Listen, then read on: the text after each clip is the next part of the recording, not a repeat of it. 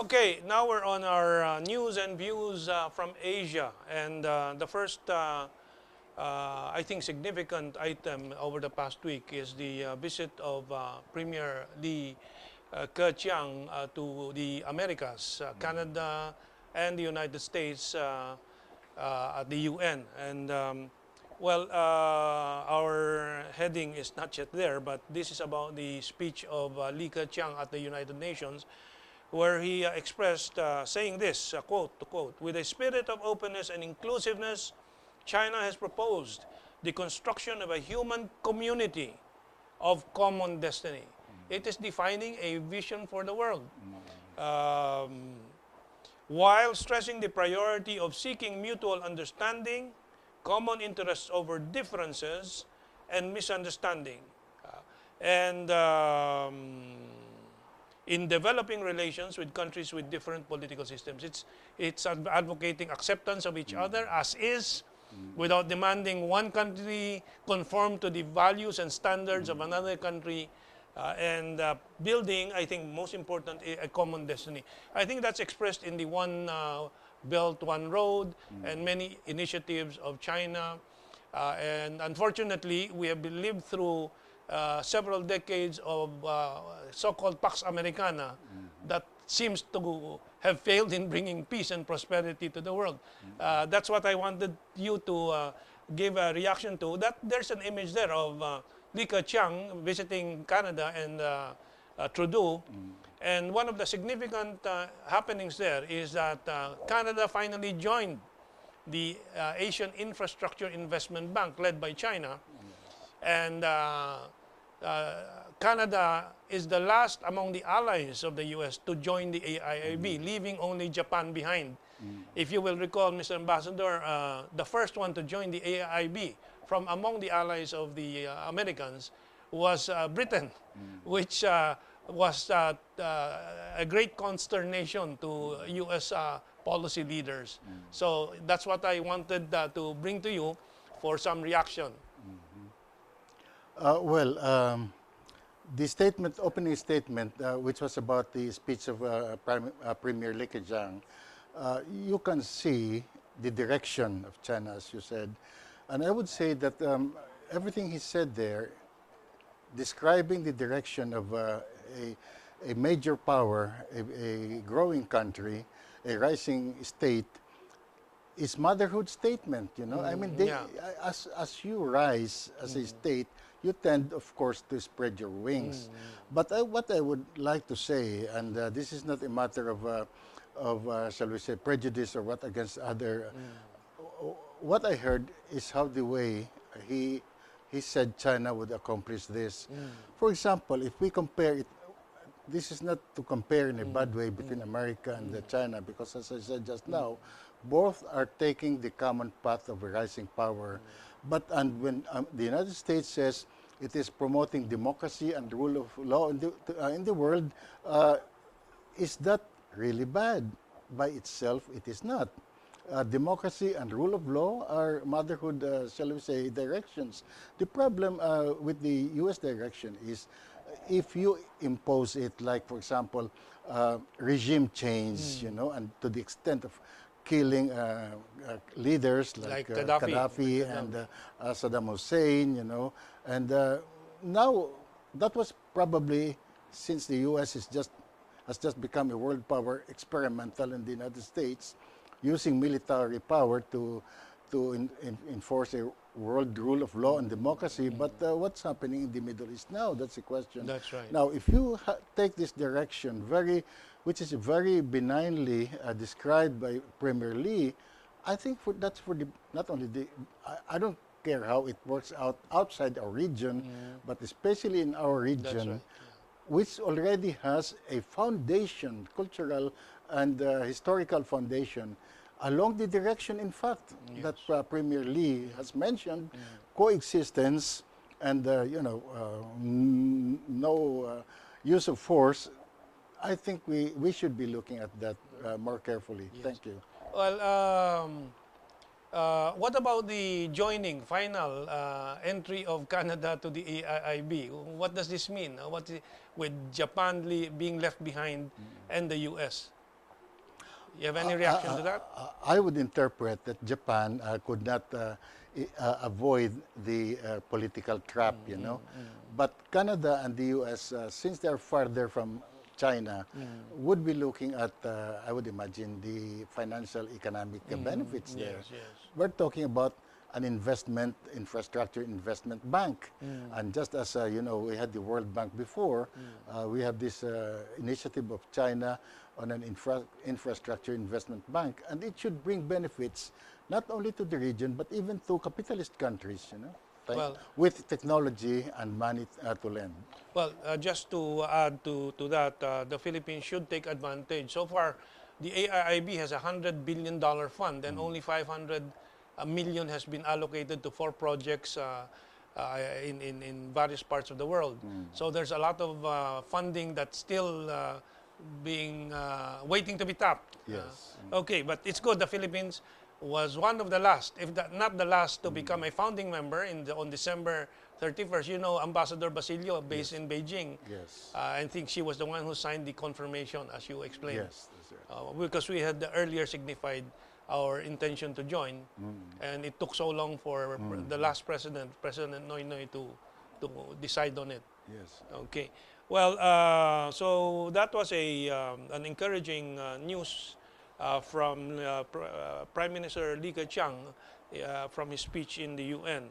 So the other news item we have is this, to me, a jarring statement, at least as it appears in the Philippine newspapers, that Ashton Carton is insisting the alliance of the U.S. and the Philippines is ironclad.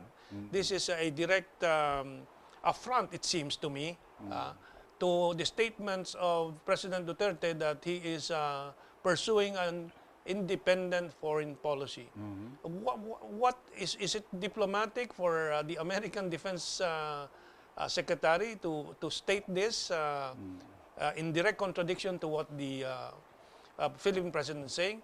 And is an independent foreign policy something adverse to the American government?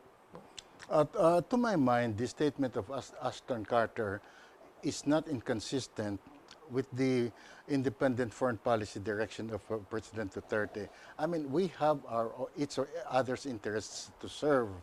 And for the Americans, they would understandably insist, from their point of view, that the Mutual Defense Treaty, the security arrangements, is ironclad and rock solid. Now, these terms, ironclad and rock solid, is not new. It's not only Ashton Carter who said that. That was first mentioned by Secretary Clinton, Hillary Clinton, way back in 2013, I think, or earlier, reiterated by no less than President Obama in the 2 times that he visited Philippines in 2014. Ironclad, rock solid. But perhaps we should, from the Americans, they want to look at it that way. But from our point of view, we should look first at whether, number one, it is still relevant, especially in the light of the Constitution of 1987 about independent foreign policy, and also in light of the direction of President Duterte in regard to independent foreign policy. Yeah. Well, we'll discuss the Mutual Defense Treaty again in our third segment, the Philippine-China focus, in the context of the latest foreign policy initiatives from the Philippine government, and of course your trip with the PCFR, the Philippine Council for Foreign Relations, and the Philippine Ambassadors Foundation, Inc. And it has been your thesis, and among others, the late Miriam Defensor Santiago, that the MDT is already passé. So we'll elaborate on that. But let's look at this ironclad reiteration by Ashton Carter. Announcing this at this time, is it politic for them to do so? Or we know President Duterte, the more they rub in the contrary, the more he will react. Yes. What would you advise the Americans? Because they seem to be so brash about this. Well, that is typical American, but I'm not saying it's wrong. That they have been that way all the time, you know. So I don't think it is any, shall we say, right time to lecture them on this either, but they should be sensitive to our own culture. That is all I would like to say. Our own culture, and especially in light of leadership changes and the political direction it is taking.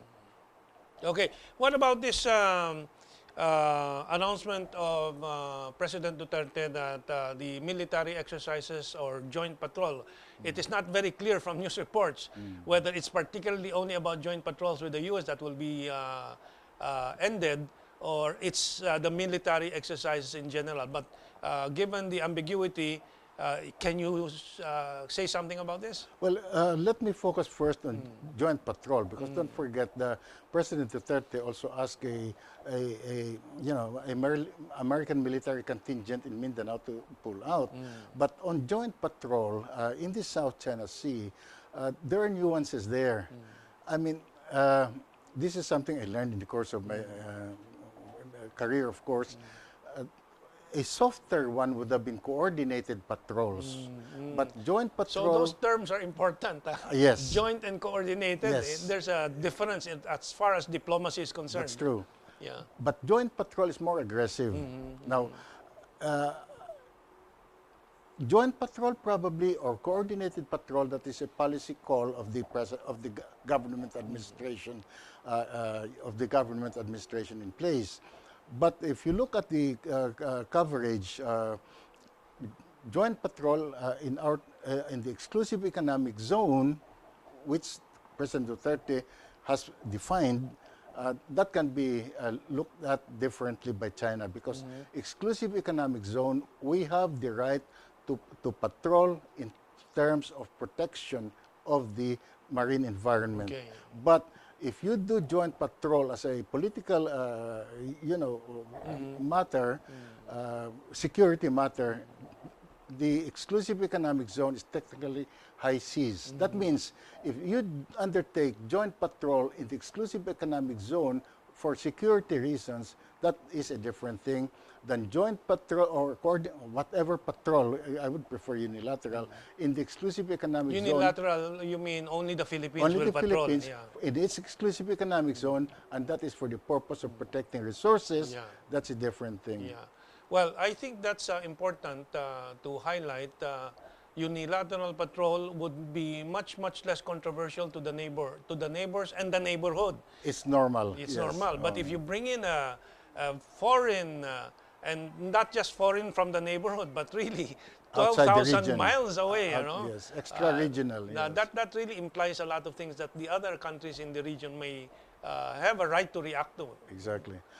And if I may say so, Yes. when you say outside, I was emphasizing the term extra-regional, because Japan seems to be wanting to come in. That's right. That's and right. Even and that it is, Japan is extra-regional to exactly. the South China Sea. Yeah. Yes, that's Okay. right. Well, those are important clarifications. Every time we have sessions with Ambassador Encomienda, we learn a lot, and that's the purpose of our discussions here. Okay, we're going now to take this break and move on to the Philippine-China focus issues, and this is the second part of the discussion we started in a previous episode with Ambassador Jose Romero, the head of delegation, and with the more significant members also of the delegation.